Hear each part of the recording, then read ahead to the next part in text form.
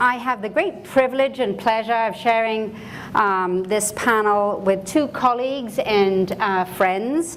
And what I thought I'd start off doing before we kind of got into introductions is to ask you how many of you, for how many of you is entrepreneurship a core part of the work that you do? So more than half. And then for how many of you are you just sort of starting to explore entrepreneurship as part of your work? So another about half. Okay, that's great. So we're kind of teaching or kind of preaching to the choir is in essence, because all of you are either doing or supporting entrepreneurship as a key part of your work or thinking of incorporating it. How many of you, if I could ask, how many of you also support or planning to support social entrepreneurship? So fewer than that, maybe a quarter, 20% to a quarter. So what I'd like to do is to start asking you, why is entrepreneurship either a core part of what you support, or why is it something you think is important to incorporate into your work? It's not a rhetorical question.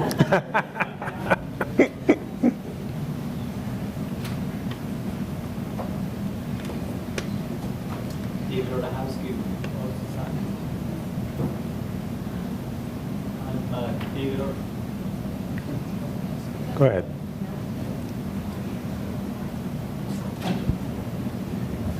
I'm David Odahowski with the Edith Bush Charitable Foundation in Winter Park, Florida. We're an important funder to the Florida Chamber of Commerce Foundation in a very large research project they're doing on the future of Florida.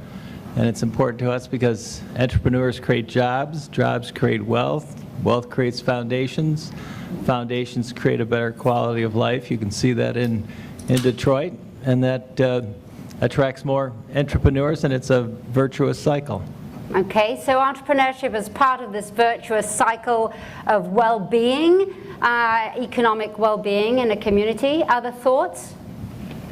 Or other reasons? Well, what he said. But entrepreneurship is key to furthering long-term economic growth and economic vitality. Okay, great. Right behind you. I think if there is a belief that we have crises, both locally and in the country, then you're looking for change. And historically, if you look back to where change comes from, change tends to come from entrepreneurs, not through the embedded institutions that are around at that time. So that's a personal belief as to why I think entrepreneurship is important. Great. So entrepreneurship as a means to driving change, and change being necessary to address a number of the issues that we're facing. Fabulous.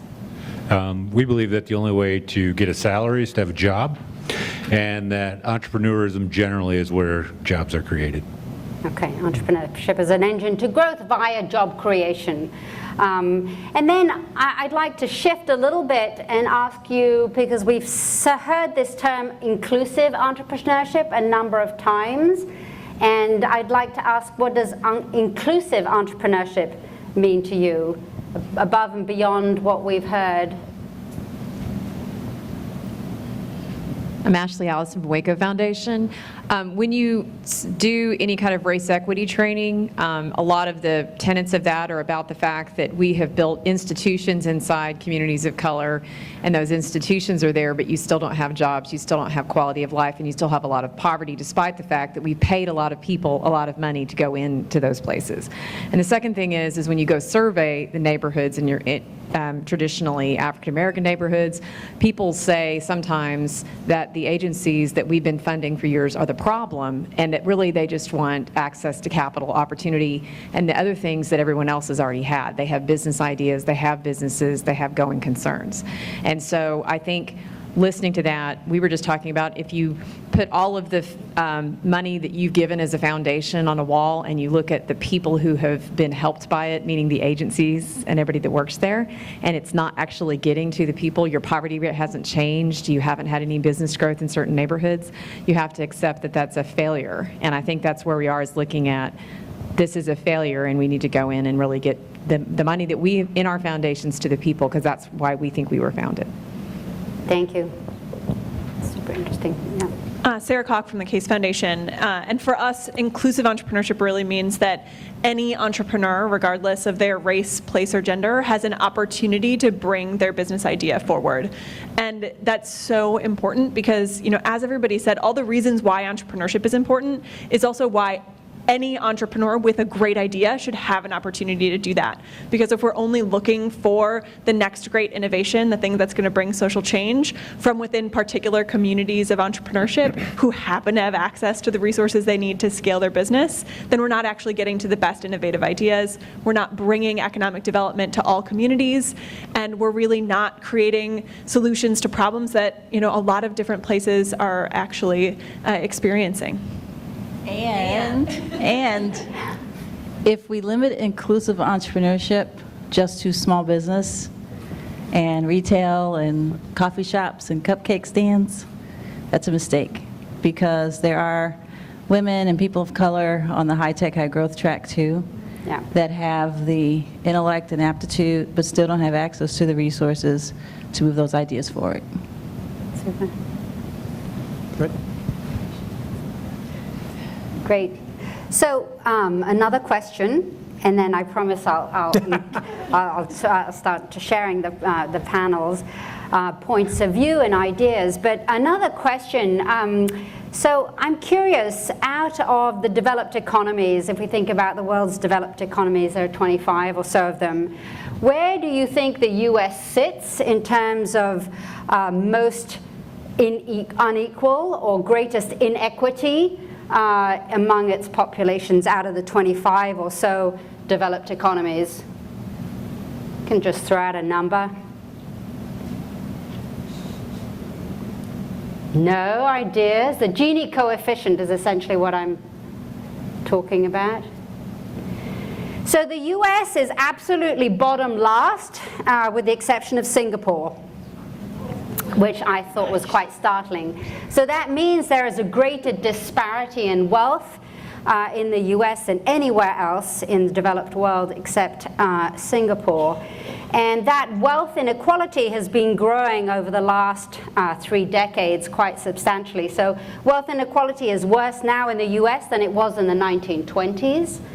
About 10% of the US population actually holds 80% of the wealth in this country, and it's getting worse. And it strikes me that there are a number of ways to build wealth, and what I mean by wealth is assets. And one way is to own your own home. So that's one traditional way of building assets. Another way is to start a business and to get equity in a business. And unfortunately, for the vast majority of people, that's not even an option or an idea. And so when I think about the power of entrepreneurship, and when I think about inclusive entrepreneurship, I really see it as a force to address wealth inequality. I mean, longer term, there's lots of, I think, things we can do in terms of increasing educational achievement. But in the shorter term, we really need to find some solutions to address wealth inequality and asset building opportunities. And I think part of the solution is in fostering and supporting all kinds of entrepreneurs, and particularly entrepreneurs that have been, that I would term non-traditional. And so that would be minorities, immigrants, people who are unemployed.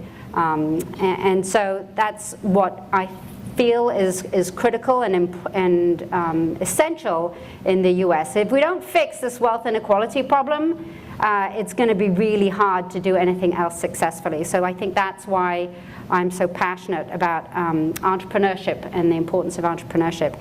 But let me turn to Raj, and maybe tell us why entrepreneurship is such a core and important part of the work that you do. Sure. So I'm Raj Melville. I'm the executive director of the Deshpande Foundation, which is the family foundation of Desh and Jayashree Deshpande. Desh is an immigrant entrepreneur. He came here to do his education, came from India, and built a successful entrepreneurial and an investor career. Had several startups and invested in about a dozen or so after he built his own companies. And the guiding principle of our foundation is innovation and entrepreneurship is what's going to make change happen. And if you look at the challenges that we are faced, whether it's in the US and the income disparity you're talking about, or whether it's in the developing world and some of the social and economic challenges over there, we need new ideas. We need new approaches, and those new ideas are going to come out of innovation. But just having the new ideas is not enough unless somebody does something with it. And that's where entrepreneurs come in. And so we are guiding force principle at the foundation is how can we use entrepreneurship and innovation as the change agents to affect social change. And so we go out and we identify challenging or interesting situations where we can use that as the rubric to affect change through the establishment of centers. So that's why we're kind of driven by that, and that's in our DNA. Right.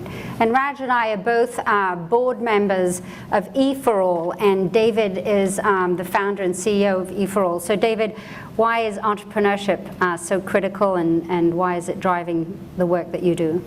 So maybe I'll answer the question on a more personal level in terms of how I got involved with this. So actually it's kind of funny seeing the kids up here, because as somebody had said, I would have died to have been up here and been in those kind of fairs, because I just have always felt personally a passion for creating a business concept. I have no idea where that came from, because my parents just never provided any kind of example to that. But from an early age, just the idea of creating a business and generating a profit was just something that I thought was awesome. And so in my career, while I worked for many years in larger companies, eventually I got into entrepreneurship, in particular when the internet arrived. And so I was able to bounce from company to company, and a bunch of them were successful. But at the end of that run, as I sort of looked around and said, okay, that was just a fantastic experience. It was just what I had always been looking for, literally from when I was a child. But then you look around and I did, and look at all the other people that I met who were in entrepreneurship, and to be honest, they all looked like me. And they had gone to elite schools and had incredible personal networks, sort of all spoke the same language. And then I looked around, that was just sort of in the workplace, but then I looked around my neighborhood. I lived in a nice suburb of Boston, and it felt like any door you knocked on in my town, there was going to be an entrepreneur or somebody in a startup who was behind the door. And I realized that this culture of entrepreneurship was kind of a bubble. And we all, it was sort of, you get reminded of it, everybody you talk to, and you kind of feel like, God, everybody must be in this. But of course, that's not the case, because it's just folks who were sort of had that level of achievement. And so I wanted to see if I could take an experience that I know I benefited from and see if I could help other folks who don't necessarily come from that kind of a background to be able to experience what I did, and really for two reasons. And so the first is just plain and simple, that you can actually, if you get some equity in a company and the company does well, you can actually create an asset that is something that can give you some financial independence. And that's a very powerful motivator. But the second part is one that is a little bit more intrinsic, and that is it's just unbelievably fun to work for a startup. And yes, it's incredibly hard, and you put incredible hours into it, and you make lots of mistakes, and you have to quickly, pivot away from them. And so there's challenges all the way along. But almost inevitably there's a team and people who feel the same way as you do and want to achieve some measure of success, and you get to interact with people and see people sort of taking charge and making figuring out new directions and taking ownership of what they're doing.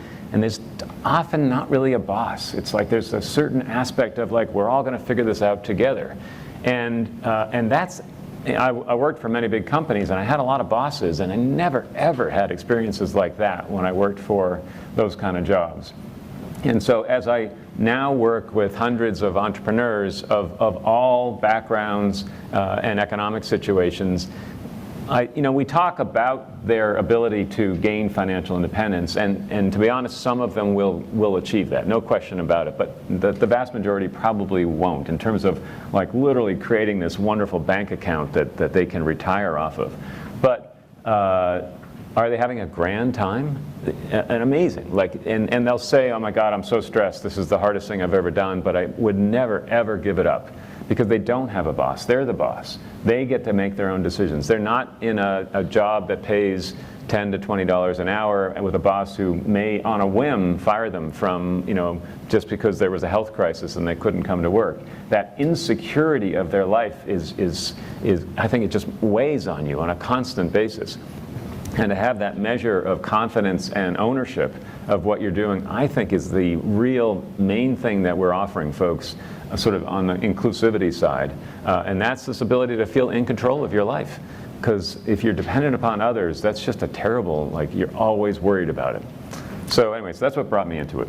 Great. So I think what would be helpful perhaps is for each one of us to kind of explain the model of our foundation, and for David to talk a little bit more about the EforAll model, and then maybe open it out for questions. So I joined DRK Foundation just under 2 years ago, and DRK is a venture philanthropy foundation, and it was started by venture capitalists, Bill Draper and Robin Richards, who really wanted to apply the VC model essentially to the nonprofit sector. So we provide 3 years of unrestricted funding, and we take a board seat in each of the organizations that we support. So it's a fairly unusual and pretty intense model. Before I joined, I was a little skeptical, frankly, about joining a foundation, and I thought the last thing that the nonprofit sector needs is more nonprofits. And so I was a little cautious, but I really felt that the spirit of entrepreneurship that is flourishing in the nonprofit space, in the social space, was really important to support. So when we make an investment, and we call them investments, though the majority of the grants that we give are grants, we are now starting to invest in for-profits. And that, I think, is a really interesting shift in our model. But traditionally, we look at the entrepreneur themselves in terms of the life experiences and characteristics that they have, how they come to the work that they do. And we also look at the model that they are developing. So we really want to support entrepreneurs that have a really clear idea of the problem that they're trying to solve, and that they've developed an approach that's different from anything that's been tried before. And so we see our role as really supporting and testing out new approaches to really critical problems as a way to spark innovation in the sector, in the nonprofit sector. And we develop very close relationships with the entrepreneurs that we support, and really try to help build both the board and the team to help them get to a particular level where they can attract funding and or develop financial sustainability through earned income. So that's the model of Draper Richards Kaplan Foundation, and we make about 20 to 25 grants a year, about 50% international, 50% domestic, and we're agnostic as to the sector. So that's sort of the DRK model. Raj, do you want to talk about Deshpande? Sure.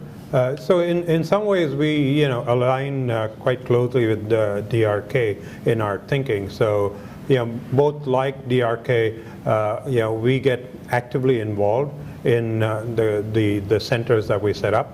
And like DRK, I think we also look when we set up our centers, we look for two things, which is scalability and sustainability, which is how do you take ideas and grow them, and then how do you make sure that they grow beyond the support that we give. So our approach is typically to look at a challenging issue and then seed fund a center or an organization to go and attack it.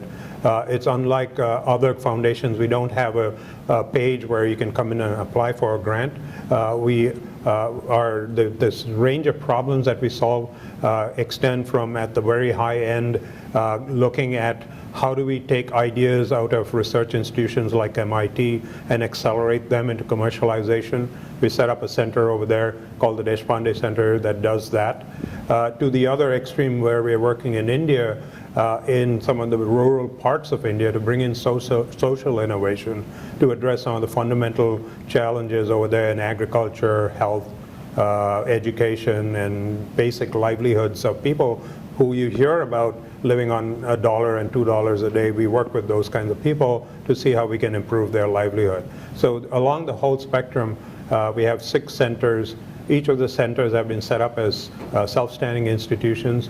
We get actively involved. In the case of EforAll, we kind of seed funded them. I'm on the board. I'm the chairman of the board in that case. In the other centers, we're either on the advisory board of the centers where they're located. So in one way or the other, we're very hands-on in the way we get involved, and we kind of provide strategic guidance to them as they grow. Great. And so DRK joined the Deshpande Foundation on David's board. But David, tell us briefly about the model and what makes EforAll so different. So you notice that Natalie said briefly, I can talk forever about EforAll. So I assume somebody's going to kick me if I go too long. I'll just pinch you. Yeah, okay. You can see it's no pressure at all to have funding from these two organizations, both of whom you heard them say is like we expect not just that the model works, but we expect it to grow quickly.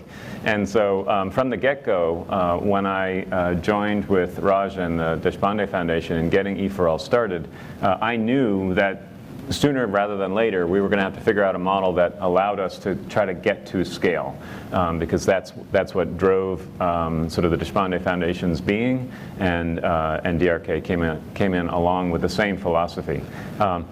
So as quickly as I can, in terms of what EforAll does, we're an accelerator, and we aim specifically at inclusive entrepreneurs, and we do it in sort of smaller cities, not the country's biggest cities, but in smaller ones. Right now, our cities average approximately 100,000 in population. We can go higher than that. We can go a little bit lower than that. But the reason that we're in those cities is because the spaces typically are not as crowded with other entrepreneurship programs, and there's plenty of entrepreneurs across this country ready to take their ideas and get started with them, and they're waiting for a program to get them going. And so we're finding that's the easiest place for us to get started.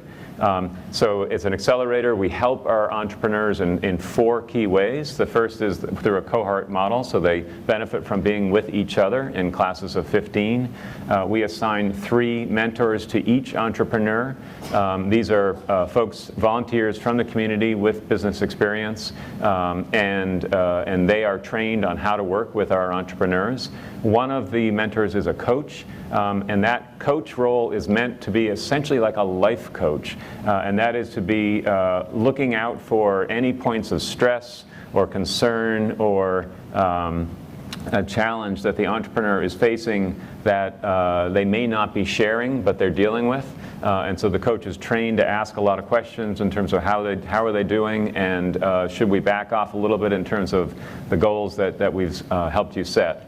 In addition to the mentors, we have experts from the community, so over 20 who sort of align themselves with our curriculum and teach different aspects of getting a business started, running the gamut from finance/bookkeeping to public speaking to dealing with lawyers to online marketing, on and on. Sort of all the hats that a typical business, no matter what size, really has to think about. And then the last is that we give grants. So we give grants to the entrepreneurs that average $2,000 per graduate of our accelerator program. They don't all get $2,000. It's a competitive process that's done in 4 tranches over the course of a full year program. So every quarter we make decisions on who gets the funding, and roughly a third of the entrepreneurs get money at the end of each quarter. At the end of the year, pretty much every entrepreneur has some funding from us, but there's a wide range depending upon how they do as entrepreneurs, how they do with their mentors, how they do with the program. The peers are the most important factor in who gets the money. They vote for each other.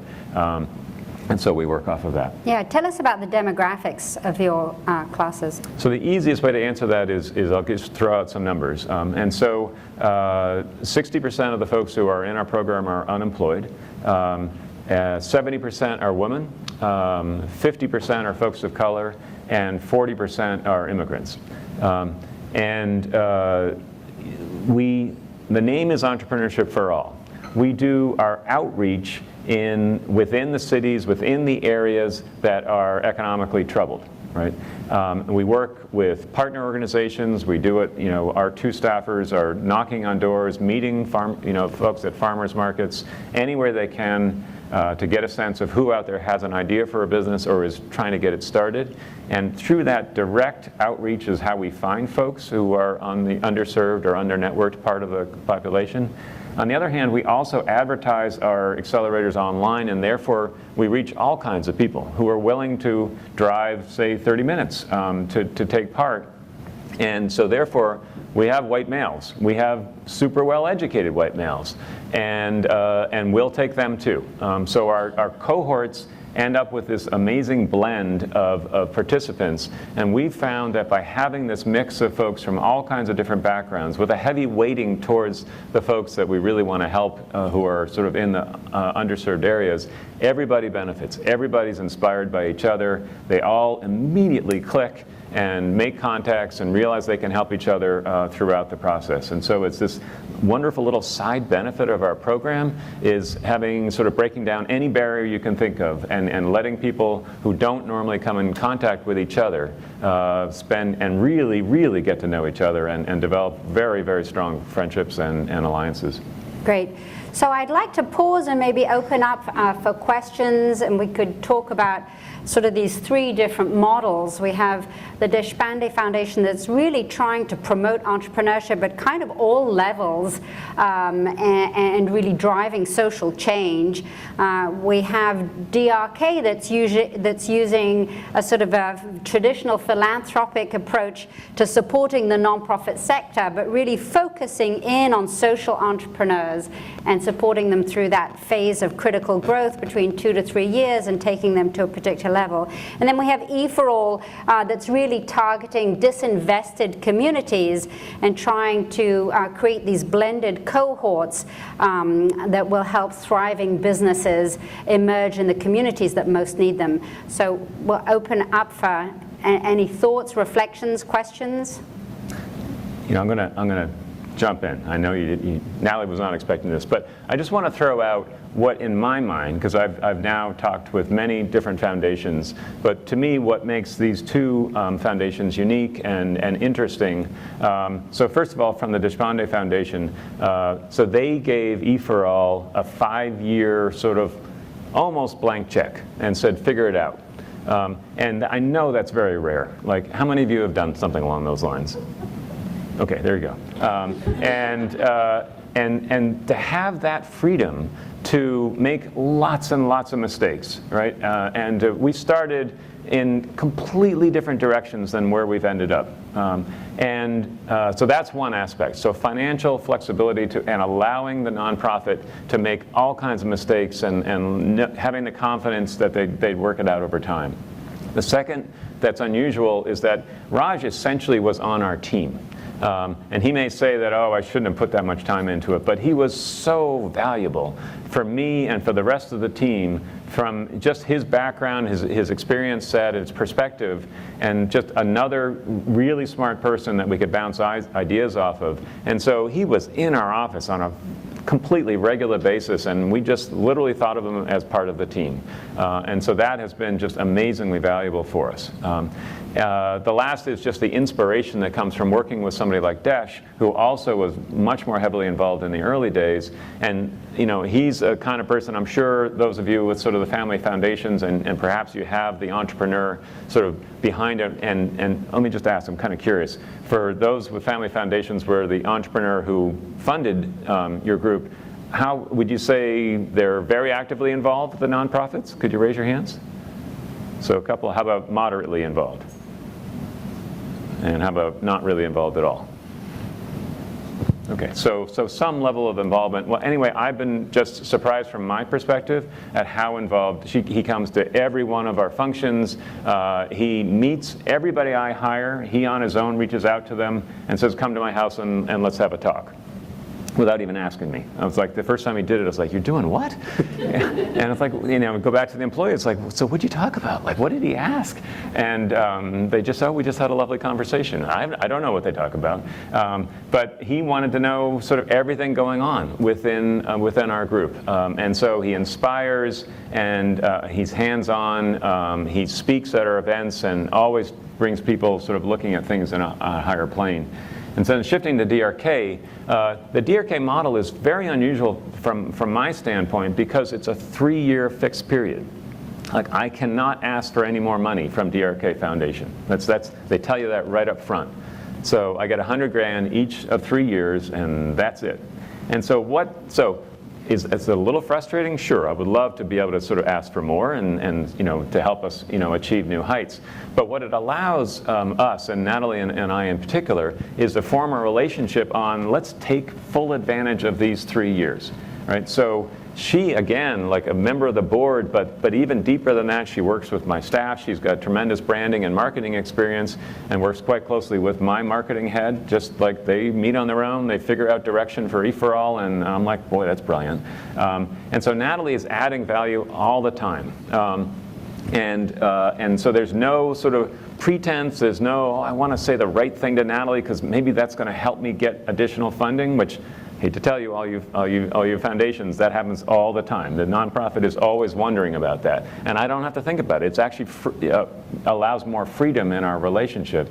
The other aspect is that there are many Natalies. There are how many managing directors? We're 8 now. 8. And highly qualified, super well-educated, highly networked people, and they all can help each of the nonprofits. And so if you ask enough, you can take advantage of that. So for instance, just 3 days ago, Natalie and I were in Columbus meeting with foundations there because of one of Natalie's colleagues who's based in Columbus could introduce us to some foundations there to see if EforAll might be a fit there, because I'm in conversations with cities across the country in terms of where EforAll might be a good fit for them. So just a little plugs for these two foundations. Thanks, David. That's super helpful. Yeah.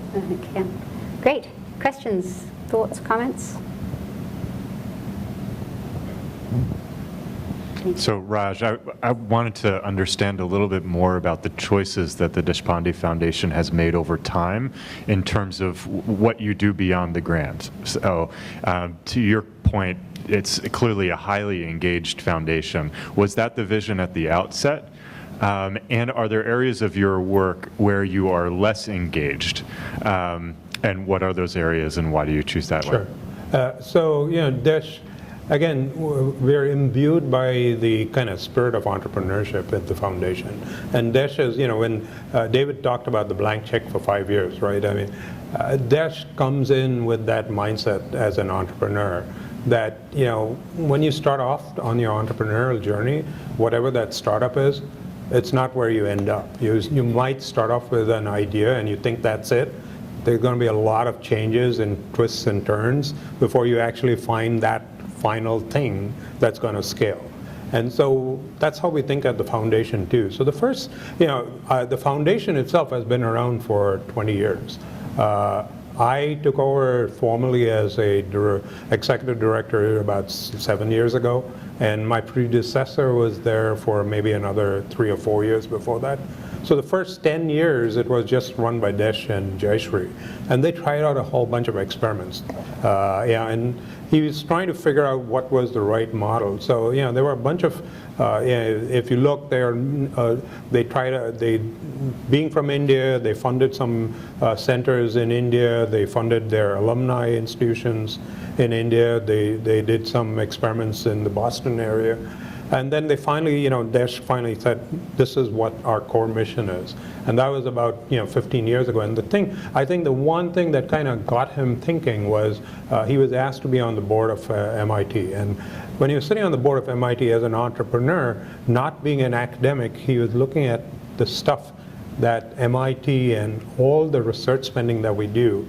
And he said, at that time he was telling me, there's like $50 billion worth of research spending that goes on at the NSF and the NIH and everything. And he said, as an entrepreneur, he said, there's got to be a better way of taking all that research and getting it out so that it really makes impact. And that was the first center that we set up, which was at MIT. And so when he set it up at MIT, we set up, we gave it a large, we wrote a large check and set the center up. And I think we learned a lot in that process in terms of how to set up a center and what to ask for. We were very naive when we started there. And as a result, but the center is still there at MIT, and it is self-sufficient. Based on some of the corpus that we give. But since then, the centers that we've set up subsequently, our approach has been to give kind of a runway for growth. So we typically go in, we identify some challenge or a region that we want to be involved in. And then we go in and more recently we try to find a partner that is local in that region. So for example, we started a center in New Brunswick, Canada, and we were very fortunate to find a like spirit in New Brunswick, Jerry Pond, who's also an entrepreneur who also thinks big, and he and Desh got together and we co-funded a center there. And right from the get-go, the objective of the center is to look at a pan-provincial entrepreneurship model that was going to be all across New Brunswick, but it's sitting in a university over there. But again, we gave it 5 years worth of runway, and then the next thing we do is we go find entrepreneurial leaders. So the people who lead our centers are entrepreneurs by DNA. People like David, the person who's running our center in New Brunswick, is also a thing. And then we let them experiment.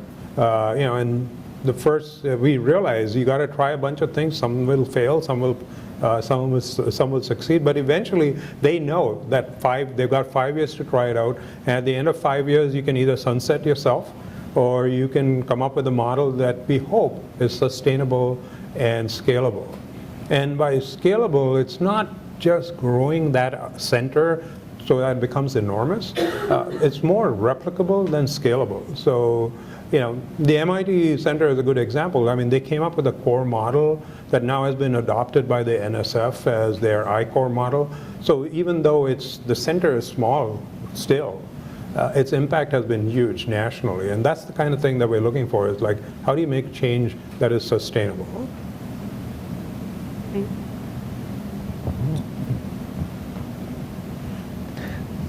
I want to follow up on something that both Natalie and Raj have talked about, and a couple others, and that's that area of philanthropy investing in for-profits. I think that gets to be confusing, particularly for newer funders, but could you talk a little bit about how you navigate that space and if that has developed or changed over time for you? Yeah, I'm happy to go first. So DRK is starting to fund for-profit entities, but essentially we have the same criteria for them than we do for non-profit social enterprises. And so I think the way we look at it is we want to be able to support organizations that have true impact and scalable impact. And in the same way that Raj was talking about scalable impact, it doesn't have to be the organization itself that is actually implementing that impact, but can really provide a model for others to replicate. So we really look for the ability of an entrepreneur and his or her entity to achieve, to really move the needle on a problem that is important through scale. And so we're really not so much concerned about the legal structure as we are the social and environmental impact that we believe that they can achieve. And so that's the metric that we use across both for-profits and non-profits. Having said that, we are trying to explore ways that we can support for-profit entities in a way that's not a grant. So we're looking at convertible debt as one vehicle, with the idea that whatever we are able to eventually recoup in terms of finances from our for-profit investments comes back to the foundation and then can then be made into grants and other funding vehicles for for-profits. So essentially for us, we're looking at the opportunity to make a substantial impact on a big problem, and we're less concerned about the legal entity. And in fact, you know, we are at a time, I think, where the for-profit and non-profit sectors are colliding and blurring a little bit. So we have B Corps emerging, but we also have you know, very socially driven for-profit entities and non-profits that are financially sustainable with an earned revenue stream. So I think, you know, the distinction between the two sectors is also blurring somewhat. So even though we as a foundation get involved almost universally in entrepreneurship, we really don't take a position or invest in any of the entrepreneurs. Because, and I was talking to some people yesterday or earlier today about it, I mean, there's this enormous early stage gap where, whether it's in the social sector, the nonprofit sector, or in the for-profit sector, where you need help and funding. And in most cases, it's not an area where investors will tread in. And so almost all the centers that we have set up, we try to fill that gap through grants. So, you know, the center that we set up at MIT, you know, it provides funding for 3 years for ideas that are coming out of the lab, but it's all in grants. You know, they can get up to $250,000 in grants, and it gets those ideas prepared enough for investors to step in. So we provide that gap funding. The same thing if we look at the stuff we're doing in India. We're trying to get, you know, we have funded about 200 experiments. We call them experiments, but they are innovators that have come out and tried a whole bunch of ideas in rural India. And these are, you know, established nonprofits, new ideas, new innovators. We don't care. We encourage them to try out new things. So it gives the flexibility for established nonprofits to come to us and say, hey, I have this great idea. We don't know if it'll work. And we say, come on, try it out over here, we'll fund it. Because we're willing to take that. It's essentially like risk capital, right? And then we hope that if those ideas take, that we can help guide them to scale it and think of long-term kind of sustainability. I want to ask a question on sort of the challenges and viability of social enterprise and social entrepreneurs. I sat on a few panels in my college days defending social enterprise and saying, you know, against the MBA professors, or how can you sort of serve two masters at the same time, both the for-profit motive and the impact motive. And having worked in that space, I've come to the conclusion that you actually can serve both, but there are certain challenges that exist, particularly for early stage companies. And I see many, and I feel like one of the laws for entrepreneurs is to focus, focus, focus. And what happens, I think a lot of times, depending on the particular business model for social entrepreneurs, they are essentially launching two businesses. And so they sometimes they'll have their business where they're generating revenue, and then they essentially, next to it, have a social program that they're trying to operate.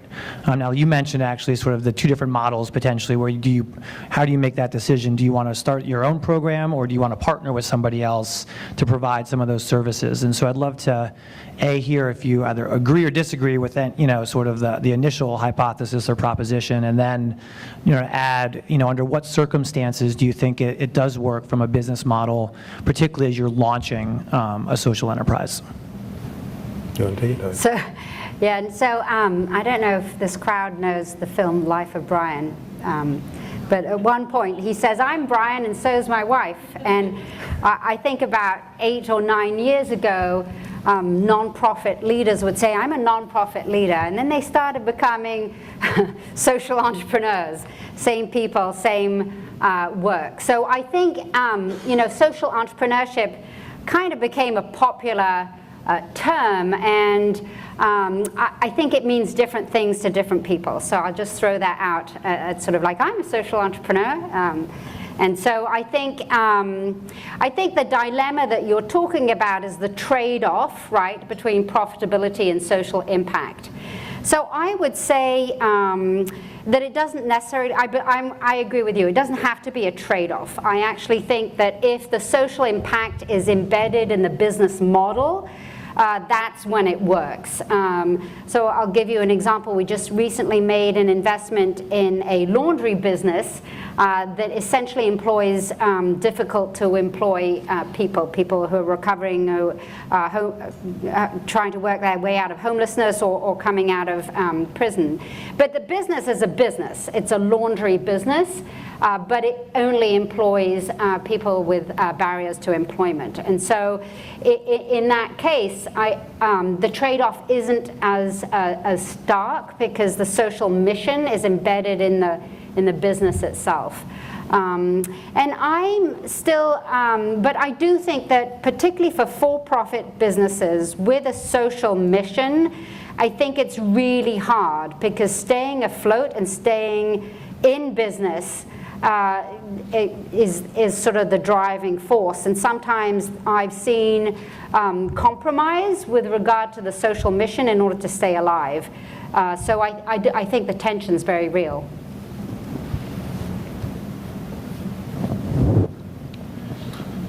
A number of microfinance organizations overseas have used the lending circle principle. And in this country, many immigrant ethnic groups that have faced discrimination in the regular financial sector have funded themselves through lending circles, and where they would pool capital and lend to each other and hold each other accountable and help each other out. What are the opportunities to build on this kind of experience in the communities that you're serving? Can groups like churches or other social capital organizations that sort of help people build communities among people, can they build such organizations that would help you with business creation? So Grameen USA is an example of an organization that's succeeding with that model, Grameen Bank outside of the U.S., and is essentially experimenting with it in the U.S. And I heard a presentation from them a while back, and they are showing some success in the Boston area, as you said, with immigrant groups, in this case typically Latinos, so women who are from Latin America. And so what they described, which I thought was interesting, was that the loans that are sort of collectively kept track of are almost immediately converted. So in other words, you take $50 or $100 and you buy goods at one price, and then you sell it and you make a profit, and that's your business. And the goods may be the same every time, or they may differ, but you become kind of a trader, but a trader in a good way, not a traitor. And so pure entrepreneurship, right? It's selling. And so I think there are models where that can work. in the US, but I think it's a stronger fit for, if you look at the rural India with the village communities that are quite small, and so you naturally have these collections of folks who are physically near each other and can help make it work, because that's kind of their mindset. From EforAll's perspective, most of our entrepreneurs are not looking for capital in that way, but are looking for capital from sort of anything they can get it from, and aren't necessarily being met by Grameen or a place like that. We've had folks use Kiva, and so that's an online platform that lets you sort of say who you are and encourage people to put money in, and maybe you bring in some friends to sort of show that you've got local support. But the vast majority of funding that comes to our entrepreneurs is friends and family. And if you just, with passion, describe what you're up to and show people that you're committed to it and that you've thought about it carefully, and you can show them how you intend to generate a profit, all of a sudden friends and family find money that they want to support you with. And so that's been a prime support mechanism for many of our entrepreneurs. And then eventually they can talk to a bank, but that's usually 3 years down the road. Our local banks are very challenging. Some of the government-sponsored lending programs are a little bit easier. So one observation, though, to make, looking from the outside at EforAll. So EforAll, right now it works in 5 cities in Massachusetts, and most of them have a large, Hispanic representation. So it does also have a Spanish language program, right? So, and I see qualitatively a difference between the English and the Spanish language programs. The Spanish language program and the entrepreneurs are much more cohesive than the English language programs. And in fact, the Spanish language program almost grew organically from the community than the English language one, because one of the cities, Lawrence, that they work in, it's 75% of the people in the city don't speak English as a first language. So we realized, after 2 years, that we weren't communicating with most of them because we were going in there with English, leading with English. So, but then, as we started the program over there, my observation is that those entrepreneurs have come together, and I think they have some informal lending circle among themselves, if I'm not wrong, right? I mean, among themselves, they meet regularly without our guidance, on their own, and we brought them together. We're the catalyst that kind of brought them together and got them started. But they continue to meet, and when they need help, they use each other as that social capital for help. So I'm dwelling on what Andrew said at the very beginning of our day. When he asked, he mentioned that entrepreneurship startups have been going down, and that his hypothesis was that it was because of the inability to compete at scale and many other factors with the Amazons of the world and in the United States. And I kind of buy into this. And I've been sitting here all day wondering, so what does that mean for our work? How does that affect many of these entrepreneurs that are trying to make the purse, or trying to make the candy bar, or whatever it is, the caramel corn, or other those products that are going to have trouble competing in the age of Amazon. And how have you thought about that, and how it affects your giving and your strategy and your technical assistance? Yeah, it's a great question, and I agree absolutely. Amazon's having an effect, and I think there's a perception, a broader perception is that why start a small business when there are so many big companies that are doing something really well like Amazon. But that's, and primarily it's retail. It's downtown retail in smaller communities. You can all picture it. You drive through a smaller town, and there's just so little action happening among the retailers. And 50 years ago it was thriving. Everybody went there to buy their stuff, and it doesn't happen anymore. And I'm sure a lot of it is going towards the Amazons of the world. And so when entrepreneurs come to EforAll with a retail idea, we absolutely encourage them them and want to help them figure out their model, but we very, very quickly talk about, like, how are you going to make a profit? And how many people are going to stop into your store? And they'll say, everybody needs my product. And we're like, okay, let's go stand outside a site that you think you want to set up your store in, and let's count how many people come by. And why don't you just interview a whole bunch of them and see what they say in terms of why they're there and how much money they have and what kind of stuff they like to buy. And then they come back and they're like, my idea sucks, and there's just no way this is going to work. And so it's our job and our mentor's job to then start nudging them and saying, okay, so you still have a great idea, and we are not going to discourage you from it. And so maybe it will work in a retail environment, but let's start small. Maybe there's pop-ups or farmers markets or arts fairs or arts and crafts fairs. But what can you do online? And so Amazon then pops up again, because Amazon supports many, many thousands of small businesses who are selling under the Amazon umbrella. And there's plenty of other markets out there as well, the Etsy's and the eBays of the world. So you have to be clever. You have to really think way outside your boundaries. And most of our entrepreneurs come to us with their blinders on. They know their neighborhood. They know their friends. They know their family members. And that's who they want to sell to. But it takes folks with a broader perspective to nudge them and get the entrepreneurs to come up with the idea themselves, but then realize that there's a much bigger market out there. And if they have something unique, even like these kids had, there's a way to sell it. So I know we're running out of time, but I would just like to add that entrepreneurship isn't just about economic growth and jobs. I think there's something about small businesses creating and revitalizing a community and being a demonstration. Just going back to this idea of you cannot be what you cannot see. If you don't see any small businesses in your environment growing up, you don't know that that's possible.